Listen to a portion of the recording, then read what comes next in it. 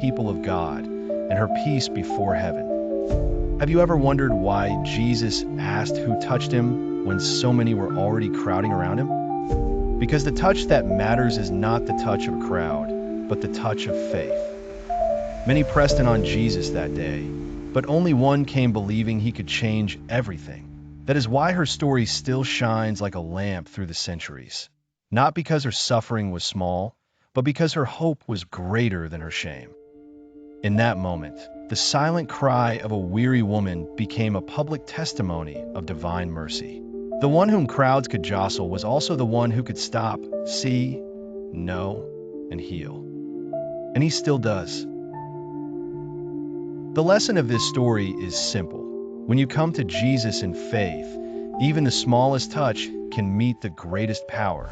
Because, with God, a dusty road at the edge of Capernaum, the noon sun burns white over the rooftops, and a crowd presses forward like a living tide, all of them straining to touch Jesus. Among them is a woman who has not known peace for 12 long years. Once she had a home, a voice bright with laughter, and the simple hope of ordinary days. But then the suffering began. Year after year, her strength drained away.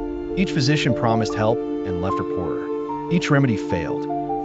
Her body weakened, her money disappeared, and her name seemed to vanish from the world. People stepped aside when she passed. Some whispered, others looked away. In a culture where her condition made her unclean, she lived like a shadow moving through her own life. Yet one thing remained alive in her, faith. She had heard the reports about Jesus. He restored the broken. He opened blind eyes. He made the lame walk. He spoke with authority that even storms obeyed.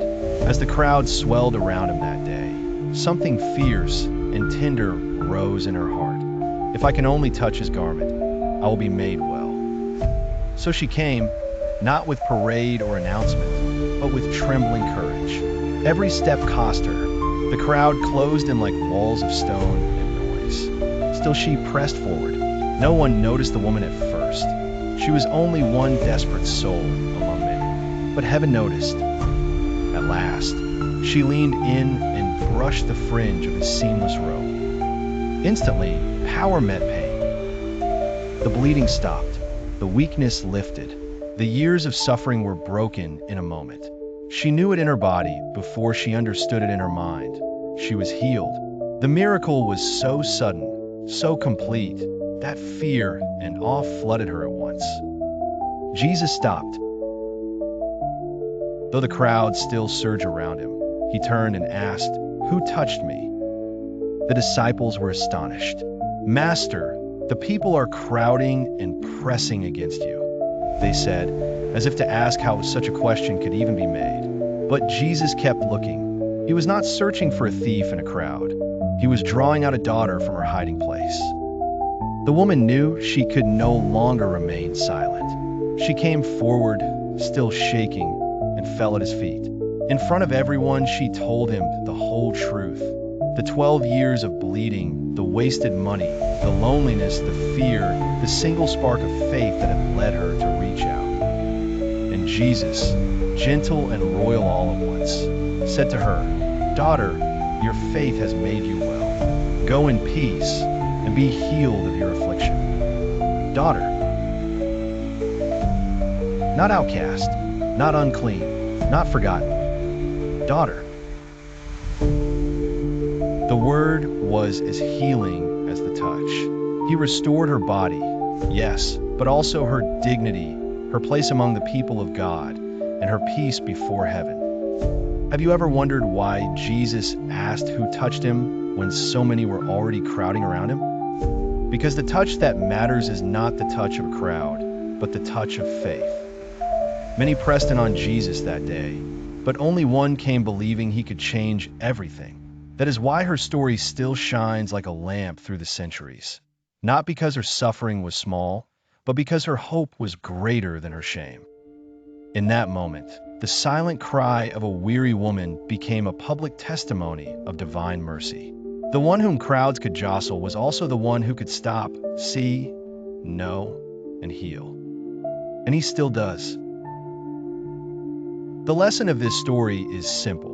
When you come to Jesus in faith, even the smallest touch can meet the greatest power, because with God, all things are possible. Don't forget to like, share, and subscribe to the channel for more Bible faith adventure. Among them is a woman who has not known peace for 12 long years. Once she had a home, a voice bright with laughter, and the simple hope of ordinary days.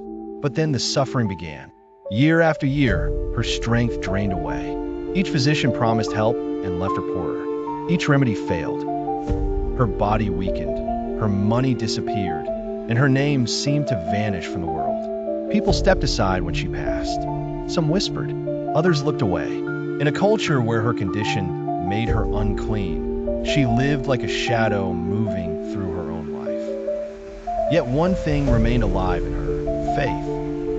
She had heard the reports about Jesus. He restored the broken. He opened blind eyes. He made the lame walk. He spoke with authority that even storms obeyed. As the crowd swelled around him that day, something fierce and tender rose in her heart. If I can only touch his garment, I will be made well.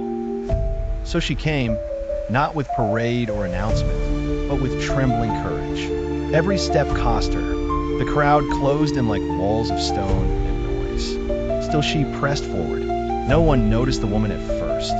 She was only one desperate soul among many. But heaven noticed. At last, she leaned in and brushed the fringe of his seamless robe. Instantly, power met pain. The bleeding stopped. The weakness lifted. The years of suffering were broken in a moment. She knew it in her body before she understood it in her mind. She was healed. The miracle was so sudden, so complete, that fear and awe flooded her at once. Jesus stopped. Though the crowd still surged around him, he turned and asked, "Who touched me?" The disciples were astonished. "Master, the people are crowding and pressing against you," they said, as if to ask how such a question could even be made. But Jesus kept looking. He was not searching for a thief in a crowd. He was drawing out a daughter from her hiding place. The woman knew she could no longer remain silent. She came forward, still shaking, and fell at his feet. In front of everyone, she told him the whole truth. The 12 years of bleeding, the wasted money, the loneliness, the fear, the single spark of faith that had led her to reach out. And Jesus, gentle and royal all at once, said to her, "Daughter, your faith has made you well. Go in peace and be healed of your affliction." Daughter.